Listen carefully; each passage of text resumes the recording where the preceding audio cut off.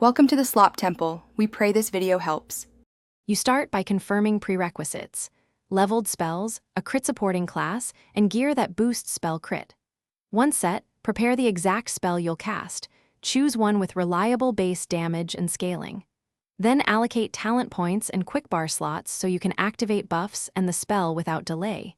You do this to stack chance on crit effects and increase damage. Configuring active buffs first makes the first cast hit as hard as possible and triggers on-crit synergies right away.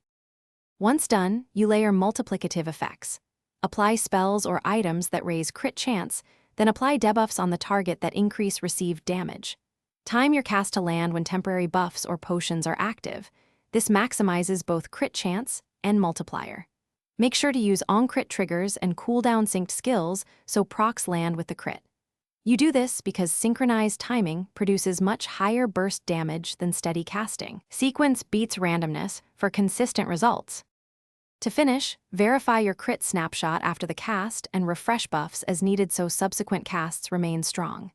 If you need continuous damage, cycle between short cooldowns and longer buffs to maintain uptime. Make adjustments. Change items with unstable crit rates or tweak talents which affect scaling.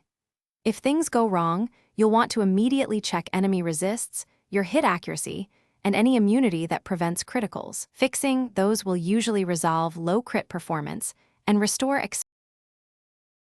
Thanks for watching. Consider subscribing if we helped you.